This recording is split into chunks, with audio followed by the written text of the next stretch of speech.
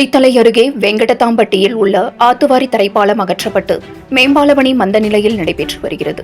தற்காலிக பாதை கடந்த சில நாட்களுக்கு முன்பு பெய்த கனமழையில் அடித்துச் செல்லப்பட்டது. மீண்டும் தற்காலிக பாதையை ஊராட்சி நிர்வாகம் அமைத்து தராததால் அப்பகுதியிலிருந்து பள்ளி மற்றும் வேலைக்கு செல்பவர்கள் ஆபத்தை உணராமல் ஆத்துவாரி பள்ளத்தில் இறங்கி கடந்து செல்கின்றனர். கரூர் மாவட்டம் குளித்தலை அருகே புத்தூர் பஞ்சாயத்திற்குட்பட்ட வெங்கடதாம்பட்டியில் இருந்து கீழவெளியூர் செல்லும் சாலையில் ஆத்துவாரியில் மேம்பாலம் அமைக்கும் பணி நடைபெற்று வருகிறது. கடந்த 2 மாதங்களாக மேம்பால பணி நடைபெறாமல் நிறுத்தப்பட்டுள்ளது. அந்த பகுதியைச் சேர்ந்த பள்ளி குழந்தைகளும் பொதுமக்களும் இந்த பாலத்தின் வழியாகத்தான் கீழவெளியூர் திருச்சிக்கு செல்ல வேண்டும். இல்லை என்றால் 5 கிலோமீட்டர் சுற்றிதான் செல்ல வேண்டும். மேம்பாலம் அமைப்பதற்காக தற்காலிக மண்பாதை அமைத்திருந்தனர். அந்த மண்பாதை கடந்த சில நாட்களுக்கு முன்பு பெய்த கனமழையில் ஆத்துவாரியில் அடித்துச் செல்லப்பட்டது. அதன் பிறகு அந்த ஒப்பந்ததாரரும் பஞ்சாயத்து நிர்வாகமும் அந்த வழியாக செல்வதற்கு மாற்றுப்பாதை அமைக்கவில்லை. இதனால் பொதுமக்களும் பள்ளி குழந்தைகளும் வேலைக்கு செல்பவர்களும் வெகு சிரமத்திற்கு ஆளாகின்றனர்.